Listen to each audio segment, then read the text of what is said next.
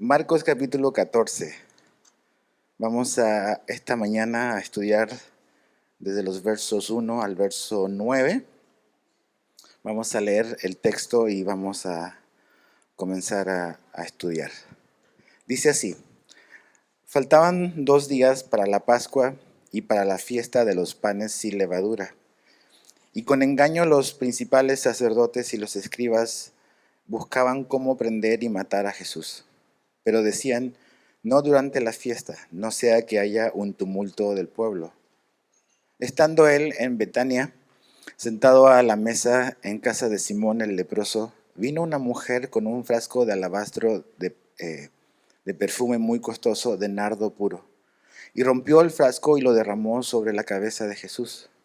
Pero algunos estaban indignados y se decían unos a otros: ¿para qué se ha hecho este desperdicio de perfume? Porque este perfume podía haberse vendido por más de 300 denarios y el dinero dado a los pobres, y la reprendían. Pero Jesús dijo: déjenla, ¿por qué la molestan? Buena obra ha hecho para mí, porque a los pobres siempre los tendrán con ustedes, y cuando quieran les podrán hacer bien, pero a mí no siempre me tendrán. Ella ha hecho lo que ha podido. Se ha anticipado a ungir mi cuerpo para la sepultura. Y en verdad les digo que donde quiera que el Evangelio se predique el mundo entero, también se hablará de lo que ésta ha hecho para memoria suya. Entonces, Señor, te pedimos que abras nuestro corazón y nuestro entendimiento y que podamos comprender lo que aquí está sucediendo y las verdades que aquí tu palabra nos muestra. Entonces, danos un corazón atento, un corazón enseñable, te lo pedimos en el nombre de Jesús. Amén. Estamos viendo estos últimos días de la vida de Jesús y los primeros 2 versículos nos muestran un poco cuál es el contexto de lo que Jesús está viviendo en esos días. La semana pasada concluimos esta parte donde Jesús habló sobre los eventos del fin de los tiempos, que eso fue durante un miércoles. Este todavía sigue siendo el día miércoles, esta descripción que se nos da en los versos 1 y 2, pero nos habla de cuál era el ambiente realmente en ciertos grupos, ¿no? Aquí se nos dice que la Pascua estaba a 2 días de ocurrir, entonces eso es miércoles de la semana de la Pasión de Cristo. La Pascua era esta fiesta, esta celebración que los judíos tenían, donde ellos recordaban la protección de Dios cuando los sacó de Egipto y cómo un cordero tuvo que ser sacrificado para marcar las puertas, para que Dios guardara a los primogénitos de Israel cuando los primogénitos de Egipto murieron. Entonces, la Pascua siempre fue un recordatorio para los judíos de eso, de cómo Dios los guardó y los sacó de la esclavitud de Egipto. Y esa es la fiesta que, junto con los panes sin levadura, son 2 fiestas que van unidas entre sí. Pero en medio de esa como que preparación y esta celebración que está viniendo, hay algo que está ocurriendo y es básicamente un complot. Dice aquí en el verso 1 y 2 que los líderes religiosos están con engaño tratando de ver cómo pueden matar a Jesús.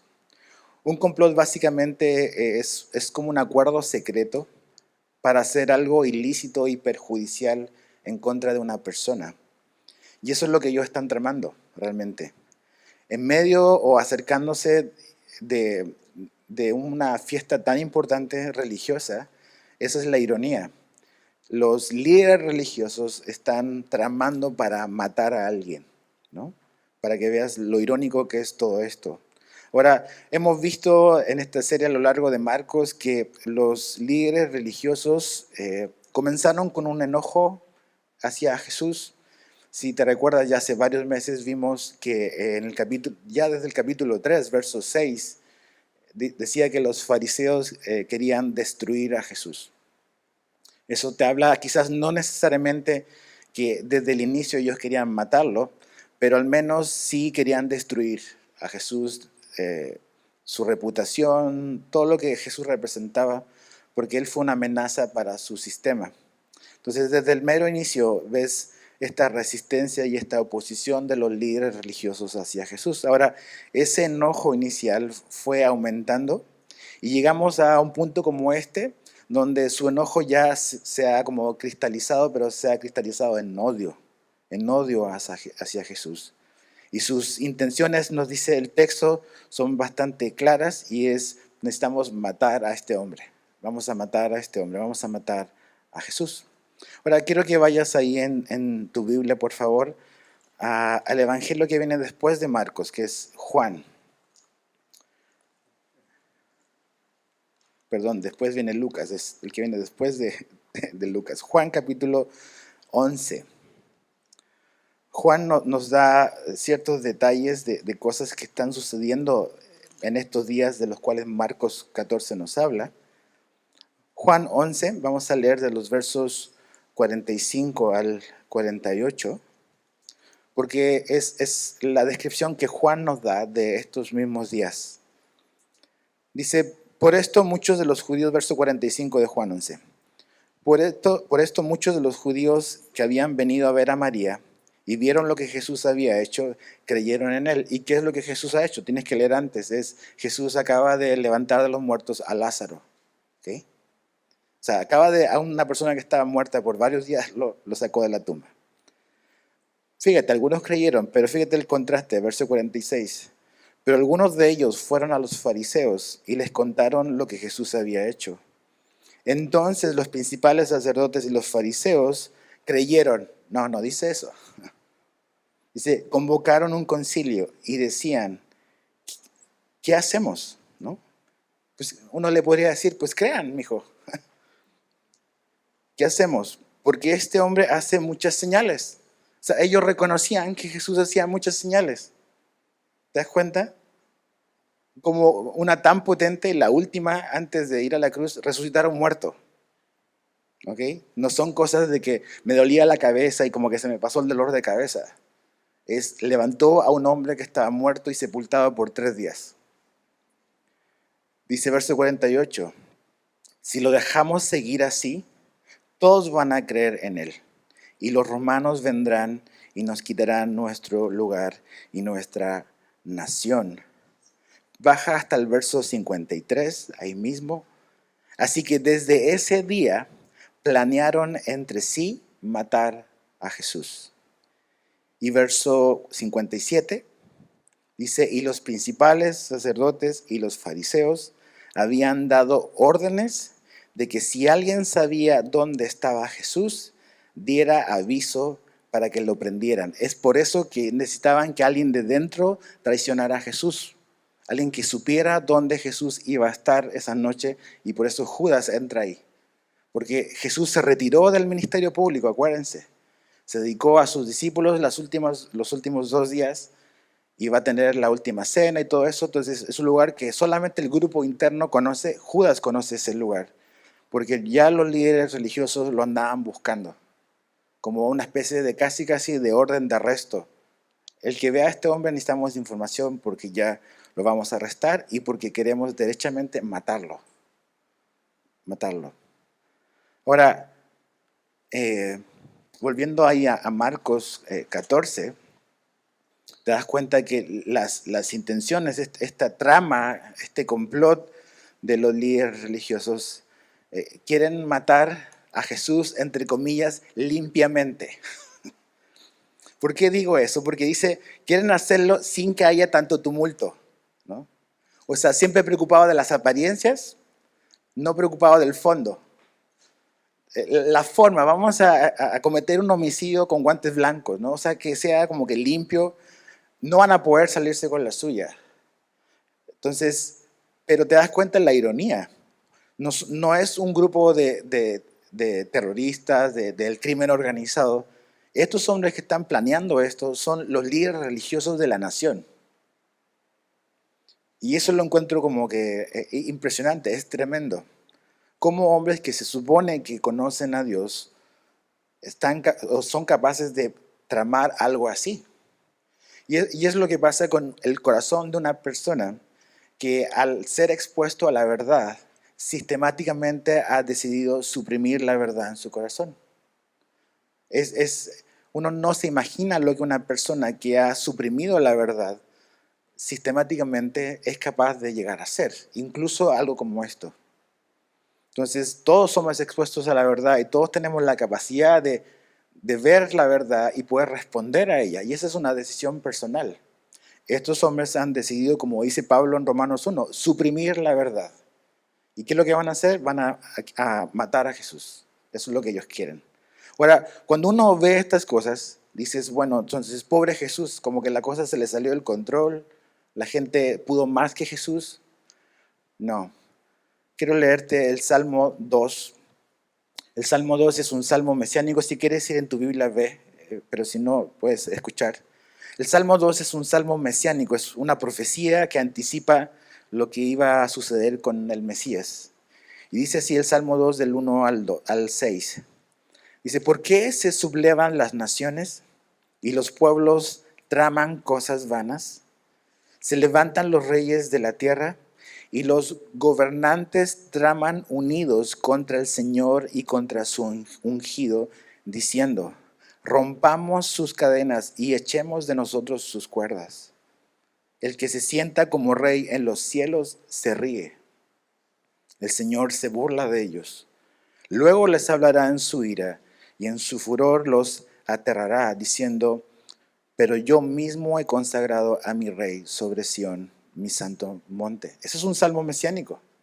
Habla de lo que está ocurriendo en este momento, de cómo estos gobernantes de la nación se han juntado para tramar en contra del Señor y en contra de su ungido. Jesús cumplió una serie, cientos de profecías que el Antiguo Testamento hablaba. Y la Biblia y Dios nos anticipa un montón de cosas que iban a rodear al Mesías. Y una de esas cosas es la actitud de los reyes y de los gobernantes en contra del ungido del Señor. Pero ¿qué dice Dios? Dios se ríe de ellos.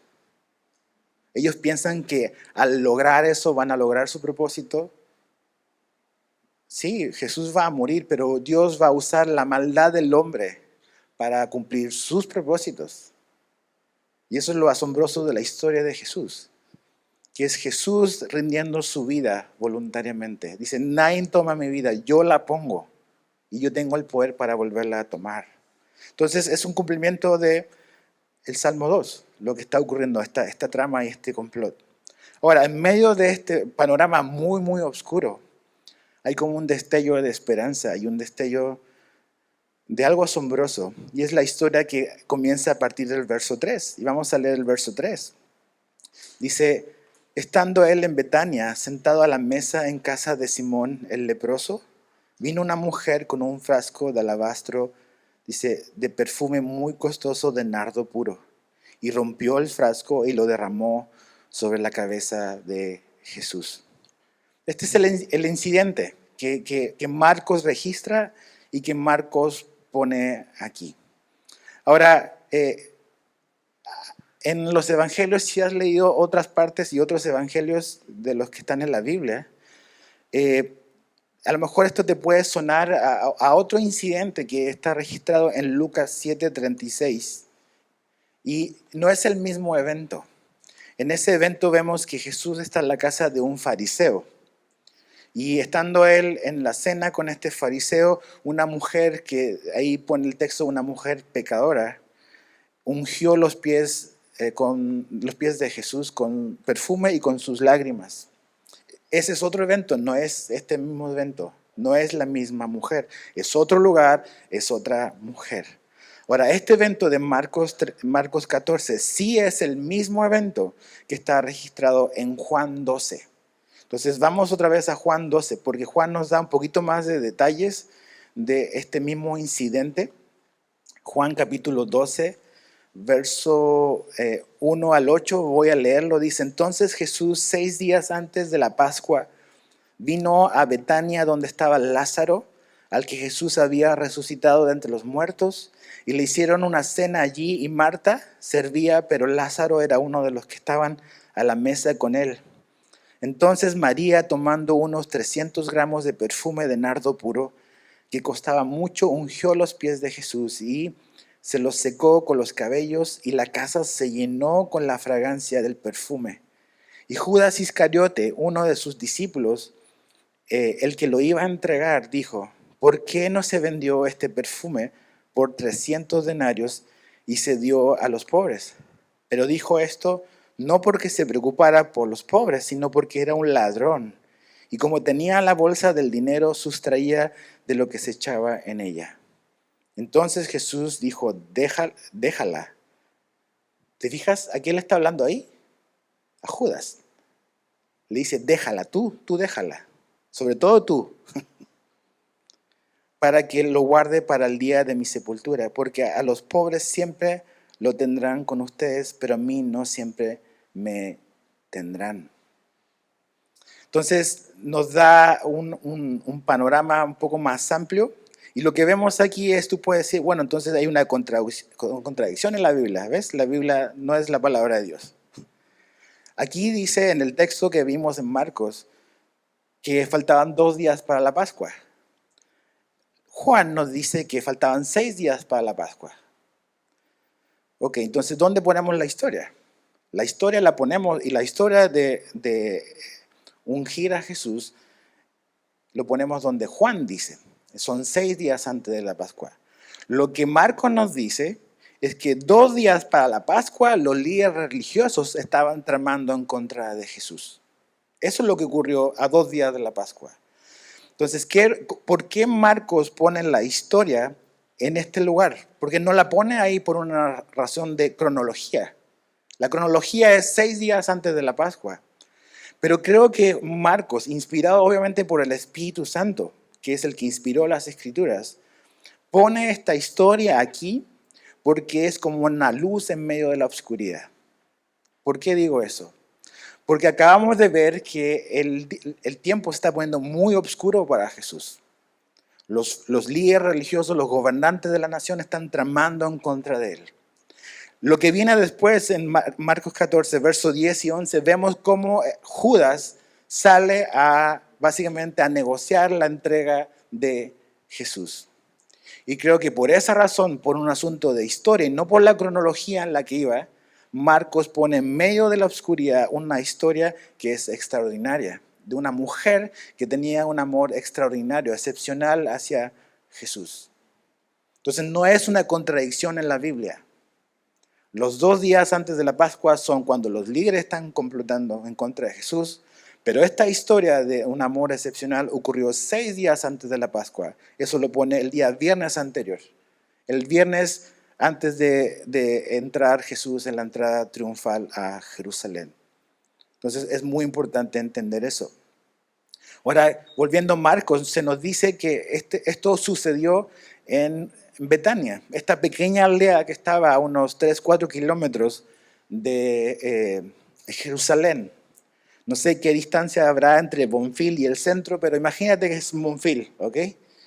Entonces está a las afueras de la ciudad, es el lugar donde Jesús regularmente, cuando iba a Jerusalén, él pasaba la noche ahí porque en esa ciudad tenía buenos amigos. Uno de los amigos que vemos es evidentemente este hombre en la casa en la que él está, que es Simón. La Biblia no nos da más información sobre él, pero nos dice algo muy interesante. Era un hombre que había sido leproso. Entonces es muy probable que este Simón, que había sido leproso, había sido sanado por Jesús. Por eso esta amistad que él tenía ahí guardada con el Señor Jesucristo. Entonces está en la casa de este hombre, ese es el lugar, está en Betania. Y él ha preparado este banquete en honor a Jesús. Ahora, en esta cena, por decirlo de alguna manera, hay varios invitados. Evidentemente están los apóstoles, están los 12 apóstoles con Jesús, andaban con él siempre para todas partes. Está Simón, pero también hay otros invitados que Juan nos dijo quiénes son. Lo que acabamos de leer en Juan 12, está Marta, está María y está Lázaro, en la misma cena. Lázaro, ¿dónde está? Según el relato de Juan, está sentado con Jesús. Probablemente Jesús lo acaba de levantar de los muertos, pero ahora está sentado con Jesús en la mesa. Como Jesús hace con nosotros. Nos levanta de los muertos y nos sienta a su mesa. ¿Qué está haciendo Marta? ¿Se acuerdan? Está haciendo lo que siempre hacía Marta. Sirviendo, lo que dice Juan. Marta servía. Y ahora, esto es lo importante, hay progreso en Marta. ¿Te acuerdas la última vez que vimos a Marta en los evangelios? ¿Qué estaba haciendo Marta cuando estaba sirviendo? Estaba quejando. Estaba quejando en contra de su hermana. Y estaba regañando a Jesús. Porque Jesús, hey, dile que me ayude, que me eche la mano. Pero el tiempo pasó y Marta aprendió. Y ahora está haciendo lo que a ella le gusta hacer, que es servir. Pero ya no se está quejando. Ya no se está quejando. Entonces creo que es importante eso. Es como una pequeña historia, pero creo que es relevante de ver de que los cristianos no debiésemos de ser como fuimos ayer. No somos lo que a lo mejor todavía debiésemos de ser, pero no somos lo que éramos antes. Marta no es como era antes. Entendió lo que Jesús le dijo y siguió haciendo lo que a ella le gustaba, servir, servir. Ahora, esos son los invitados, pero nos falta María. Y el relato de Juan nos dice que esta mujer, que Marcos no pone el nombre, es María. Es María, la hermana de Marta, la hermana de Lázaro, la que viene con este frasco de alabastro. Es María. Y te das cuenta que en todos los momentos, en todos los relatos, que creo que son 3 si no mal recuerdo, en los evangelios, donde se ve a María, María siempre termina a los pies de Jesús. Siempre. Es impresionante María. Ahora, ¿qué traía María en sus manos? Dice que traía un frasco de alabastro. Este frasco era un pequeño frasco de piedra con un cuello largo, según lo que los historiadores han descubierto en restos de cosas de esa época, que contenía un perfume que era de nardo puro. Eso quiere decir que era 100% puro, no estaba diluido. Y este producto, este nardo, era básicamente una raíz nativa de la India, o sea, era algo importado. No era algo que se conseguía en cualquier lugar. Era, dice el texto, muy costoso. Aquí vemos cuando ponemos todas las historias, y esta historia sale en los 3 evangelios sinópticos, vemos que este perfume muy, muy costoso equivalía al salario de un año de un obrero. Eso es lo que Judas dice, son 300 denarios. Un denario era el equivalente a un día de trabajo de un obrero común y corriente. Bueno, este perfume valía casi un año de trabajo de un obrero común y corriente. O sea, era costosísimo. ¿Te das cuenta cómo Judas enseguida, el hombre ambicioso, sabía cuánto valía? Él veía todos números, pero números para su bolsillo. Entonces, muy, muy costoso. Y generalmente lo que he leído es que cuando una persona o una mujer tenía un tipo como este de perfume, que era una especie como de aceite, se usaba o se tenía para 2 ocasiones. Uno, podía reservarse a lo mejor para su boda, para la boda de la mujer. O se podía reservar para su sepultura. Entonces era muy, muy costoso, pero no solamente muy, muy costoso, era algo muy, muy valioso, que significaba muchísimo para la persona que lo tenía. O sea, no era algo como que un billete de 1,000 pesos que andas trayendo en tu cartera, a lo mejor el billete de más alta numeración. Esto no era algo que María andaba trayendo para todas partes, porque era algo muy, muy costoso. Entonces, eso significa que lo que María hace acá fue un evento muy pensado, muy meditado y muy planificado de su parte. Porque no sacas de tu caja fuerte las cosas todos los días para llevártelas contigo. Entonces, María pensó esto y lo meditó profundamente. Esto muy, muy valioso para ella, muy significativo, es algo que ella le va a ofrecer a Jesús. ¿Y qué es lo que hace? Lo rompió. Y Juan nos dice que el olor impregnó toda la casa. Toda la casa quedó pasada a este perfume, a este aroma que María rompe y le unge a Jesús. Cuando lees los evangelios dice que fue en la cabeza, otro dice que fue en los pies. Fue en todas partes. Eso es lo que quiere decir. Acuérdate, en los tiempos de Jesús la gente no comía sentada como comemos nosotros en una mesa. Estaban como reclinados. Las mesas eran bajitas. Entonces, básicamente lo que María está haciendo está derramando todo esto sobre Jesús. Pero ¿qué es lo que eso significa? Aquí es lo que representa esto para María. Representa su futuro, representa su seguridad. Y lo que ella está haciendo es eso, es derramar su futuro, su seguridad, algo muy, muy valioso de ella, lo está derramando sobre Jesús. Por eso es algo excepcional, es algo fuera de lo común. Me recuerda algo parecido que Marcos nos relató hace un par de semanas, pero en el capítulo 12, mira, retrocede en tu Biblia. Marcos capítulo 12, verso 41 al 44. Dice, Jesús se sentó frente al arca del tesoro y observaba cómo la multitud echaba dinero en el arca del tesoro. Y muchos ricos echaban grandes cantidades. Llegó una viuda pobre y echó 2 pequeñas monedas de cobre, o sea, un cuadrante. Y llamando Jesús a sus discípulos, les dijo, en verdad les digo que esta viuda pobre echó más que todos los contribuyentes al tesoro, porque todos ellos echaron de lo que les sobra, pero ella de su pobreza echó todo lo que poseía, todo lo que tenía para vivir. Es lo mismo que hace María. Esto que era tan valioso para una mujer, tan valioso para ella, no solamente costoso lo que significa el artefacto, el producto en sí, sino lo que representa para una mujer del primer siglo esto. Y ella sin dudarlo, sin mayor dilación, lo derrama sobre Jesús y se lo da completamente, lo rompió todo y lo entregó y lo puso sobre Jesús. Es algo extraordinario, es excepcional. Ahora, ¿cuál fue la reacción?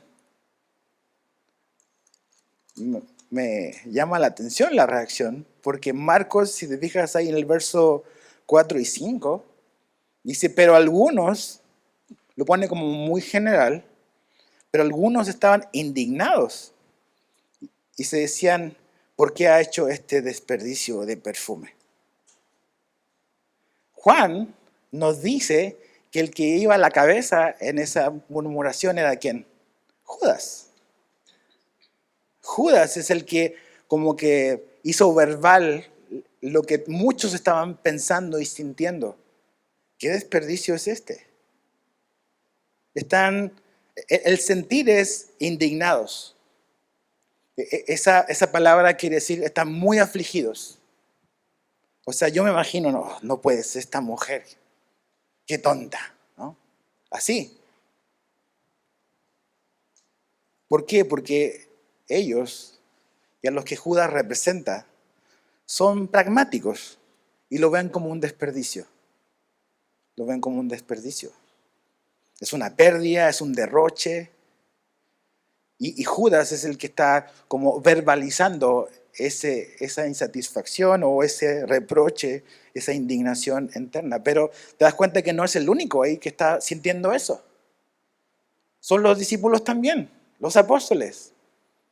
Los hombres a los cuales Jesús va a enviar a todo el mundo a predicar su evangelio, que se supone que tendrían que amar a Jesús más lo que esta mujer lo ama. Han estado con él 3 años y ellos no han sido capaces de hacer algo como eso, de desprenderse de algo así y de una manera fuera de lo común ofrecerle algo a su Señor. Pero piensa un poco en la actitud de Judas.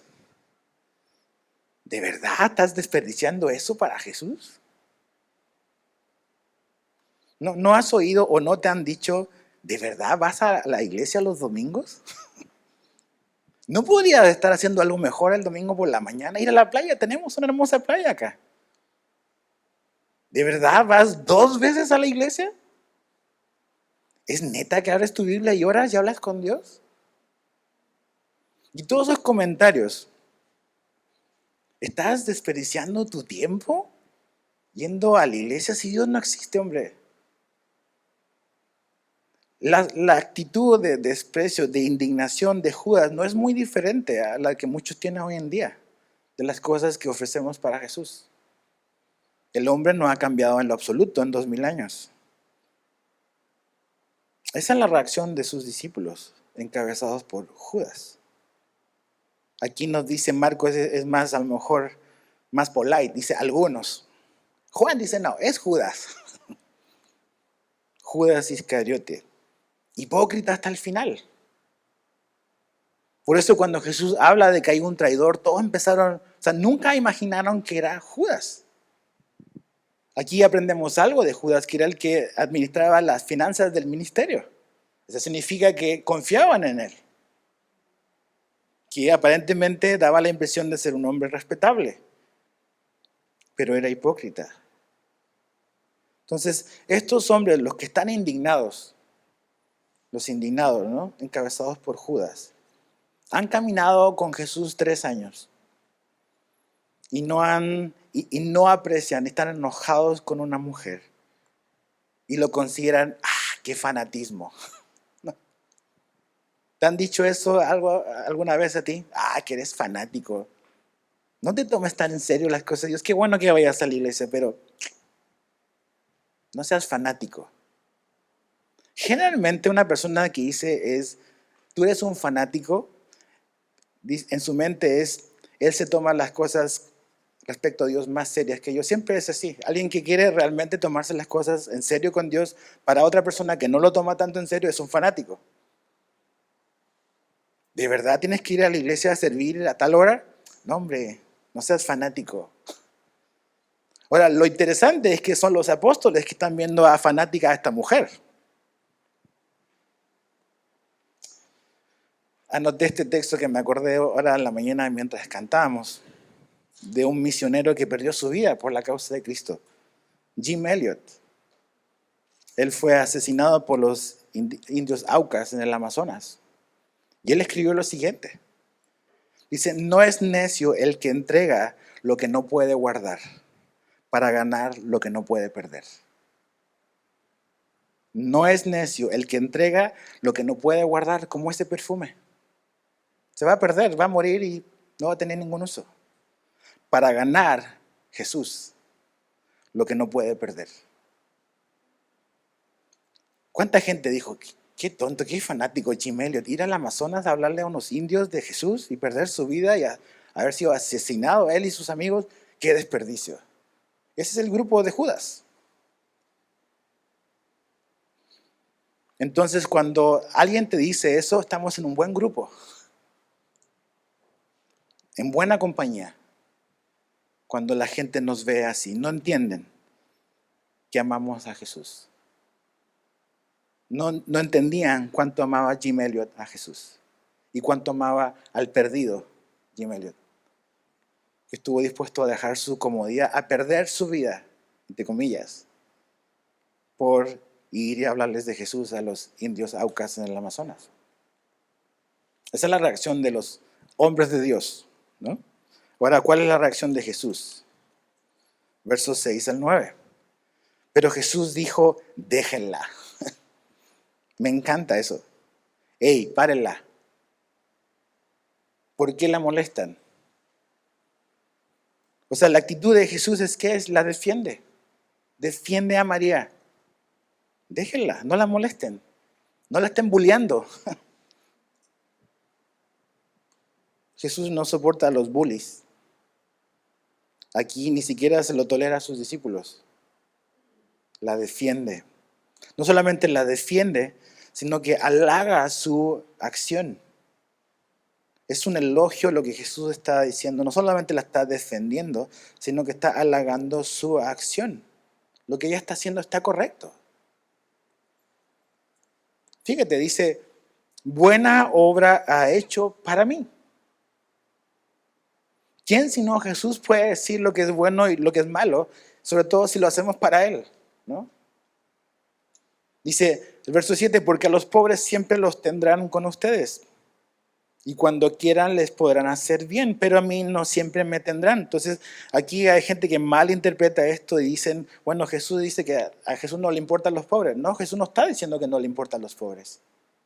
Jesús está hablando y definiendo qué es prioridad. Y Jesús dice que los pobres siempre van a existir, que va a haber otras oportunidades y van a estar siempre con necesidad y se les puede ayudar en otro momento. Pero este es el tiempo para priorizar a Jesús, porque Jesús no va a volver a estar más. Eso es lo que Jesús está diciendo. No está diciendo que no tenemos que preocuparnos por el que tiene menos, sino que está definiendo que aquí es la única oportunidad que va a tener María de poder hacer esto para Jesús y es el tiempo de hacerlo. También algo que interesante, Jesús conecta este incidente con su muerte. En la cultura judía, una persona que iba a morir tenía que ser ungido, no podía saltarse ese proceso. Ahora, la pregunta que a lo mejor en la eternidad sabremos es si María medio entendía y medio olfateaba que la muerte de Jesús estaba cerca, a lo mejor. Algo que los discípulos nunca lograron captar realmente. ¿Cuántas veces Jesús les dijo que iba a ir a Jerusalén y que iba a morir y que iba a resucitar? Pero no lo entendieron. A lo mejor María lo captó, no sabemos. No podemos ser dogmáticos en eso. Pero definitivamente Jesús dice, hey, ya mi tiempo está por terminarse. Esto es una especie como de, me están ungiendo porque voy a morir. Como era la cultura judía del primer siglo. Pero algo que Jesús dice que es, fíjate, hoy tú y yo estamos cumpliendo algo que Jesús profetizó. Porque dice el verso 9, y en verdad les digo que donde quiera que el Evangelio se predique en el mundo entero, incluido Cancún, hoy, 10 de diciembre del 2023, también se hablará de lo que ésta ha hecho para memoria suya. Jesús dice que esto que esta mujer hizo es algo memorable, va a ser algo memorable. Y no solamente creo que es memorable, es imitable. Imitable. ¿Qué podemos ver en la historia de esta mujer? Y es que lo que los demás puedan decir de nuestro amor y servicio por Jesús es totalmente irrelevante.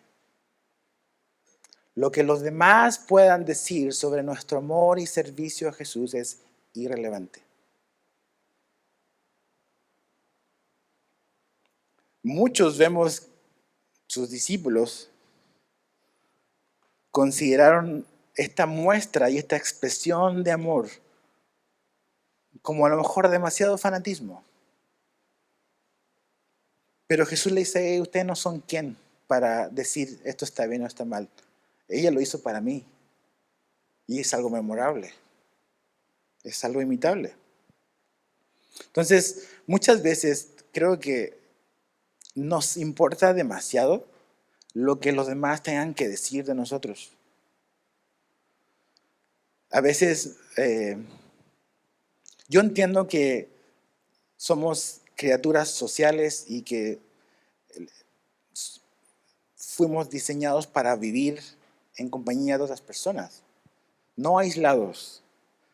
Pero a veces eso nos ha llevado a algo que no es sano, que es simplemente vivir para cumplir las expectativas de los demás y para vivir por lo que los demás pueden decir o no decir de nosotros. Pero esta historia nos muestra eso, de que mucha gente a lo mejor podrá hablar y decir muchas cosas de tu amor y de tu servicio a Jesús y de tu fe en Jesús y de tu querer caminar con Jesús. Y a lo mejor te podrán criticar porque según ellos estás desperdiciando tu vida, y estás desperdiciando tu tiempo y estás desperdiciando tus recursos. Pero la verdad y la neta es que su opinión es irrelevante. Es irrelevante. Lo que realmente debe de importarnos es qué dice Jesús. ¿Qué dice Jesús? ¿Lo estamos haciendo por Él? Claro. Entonces, ¿qué es lo que Él tiene que decir respecto a esto que estoy haciendo? Entonces, ¿qué es lo que hace Jesús con lo que esta mujer acaba de hacer? Le da su aprobación. Le dice, no la molesten. Ella hizo lo bueno. Ella hizo lo bueno. Entonces Jesús le da su aprobación. Entonces eso es lo que debemos de buscar. No es primeramente la aprobación de los demás, es la aprobación de Jesús. Lo que yo estoy haciendo, la manera en que estoy demostrando mi amor, ¿cuento o no cuento con la aprobación de Jesús? No quiere decir de que yo puedo hacer lo que quiera, con tal que lo haga para Jesús, Dios lo va a aceptar. No estoy diciendo eso. Pero es evidente que realmente lo que siempre tenemos que estar buscando, ¿qué es lo que agrada a Jesús? ¿Cómo podemos agradar al Señor? ¿Qué ejemplo nos ha dado en su palabra de personas que agradaron a Jesús y podemos aprender de su ejemplo? Y creo que aquí hay un buen ejemplo de lo que tiene la aprobación de Jesús, y es ofrecer completamente y entregar todo en manos de Cristo y derramar sobre Jesús lo más valioso. Otra vez, no es necio el que entrega lo que no puede guardar para ganar lo que no puede perder. La gente que generalmente tiene esos comentarios no conoce, no ha entendido todavía quién es Jesús. Entonces, tenemos la aprobación de Jesús. Y si tenemos la aprobación de Jesús, ¿importa realmente que los demás no entiendan lo que estamos haciendo? O sea, Judas de plano no entendía lo que estaba pasando, pero evidentemente no era el único en esa casa que no entendía lo que estaba pasando. Sus discípulos también. No sabemos si todos, pero es evidente que hay más de uno. Y a veces así hacemos, somos muy fáciles para juzgar y decimos, eso está mal. ¿Por qué está mal? Que no lo entiendo. El no entender algo no significa a fuerza que lo que otra persona está haciendo está mal. El criterio es la palabra de Dios. ¿Qué dice la palabra de Dios sobre lo que está haciendo? Y la Biblia siempre halaga y siempre pone como ejemplo y como cosas memorables e imitables cuando una persona se desprende de todo lo que confía y lo entrega a Jesús como una muestra de fe, devoción, de rendición y de adoración. Jesús siempre se va a deleitar en eso. Siempre, siempre. Entonces, ¿por qué estás viviendo tú? ¿Estás viviendo para obtener la aprobación o el halago de cierto grupo de personas? A lo mejor de gente muy, muy cercana a ti. A lo mejor tienes a un grupo de personas que los tienes ahí en un pedestal y cuando ellos no tienen, o tú no tienes la aprobación de ellos, tu vida se derrumba. Porque esa gente que es importante, como eran los apóstoles, a lo mejor no te están dando la aprobación que tú esperabas. Tenemos que buscar la aprobación de Jesús. Y esta mujer nos da un buen punto de lo que le agrada al Señor. Como la viuda que entregó esas moneditas. Jesús llama a sus discípulos y le dice, hey, miren, esa mujer dio de todo lo que tenía. María dio algo que era muy importante para ella. No porque Jesús lo pidió. Es un acto de adoración voluntaria a Dios. Y esas son las cosas que alegran el corazón de nuestro Señor. Cuando nos desprendemos de cosas de las cuales nosotros pensamos que estamos seguros ahí. Pero, ¿de qué te estás agarrando? ¿Qué no quieres soltar? Dice, porque si suelto esto, mi vida se va a derrumbar. Si no tengo esto, mi futuro va a quedar a la deriva. ¿Qué voy a hacer de mí si renuncio a esto que siento que Dios me está guiando? Todas las cosas que tenemos, todas, absolutamente todas, un día las vamos a perder. Todas. Vinimos a este mundo sin nada y salimos de este mundo sin nada. Lo único que va a hacer la diferencia en la eternidad es qué hiciste con y para Jesús. Eso es lo que importa. Eso es lo que va a trascender en la eternidad. Y eso es lo que va a permanecer y va a pasar la prueba del tiempo. Entonces, ¿de dónde te estás agarrando? ¿Qué te está como que conteniendo para adorar a Dios, para seguir a Jesús? ¿Es lo que los demás dicen? No te preocupes de lo que los demás dicen. Preocúpate de lo que Jesús tiene que decir de tu vida.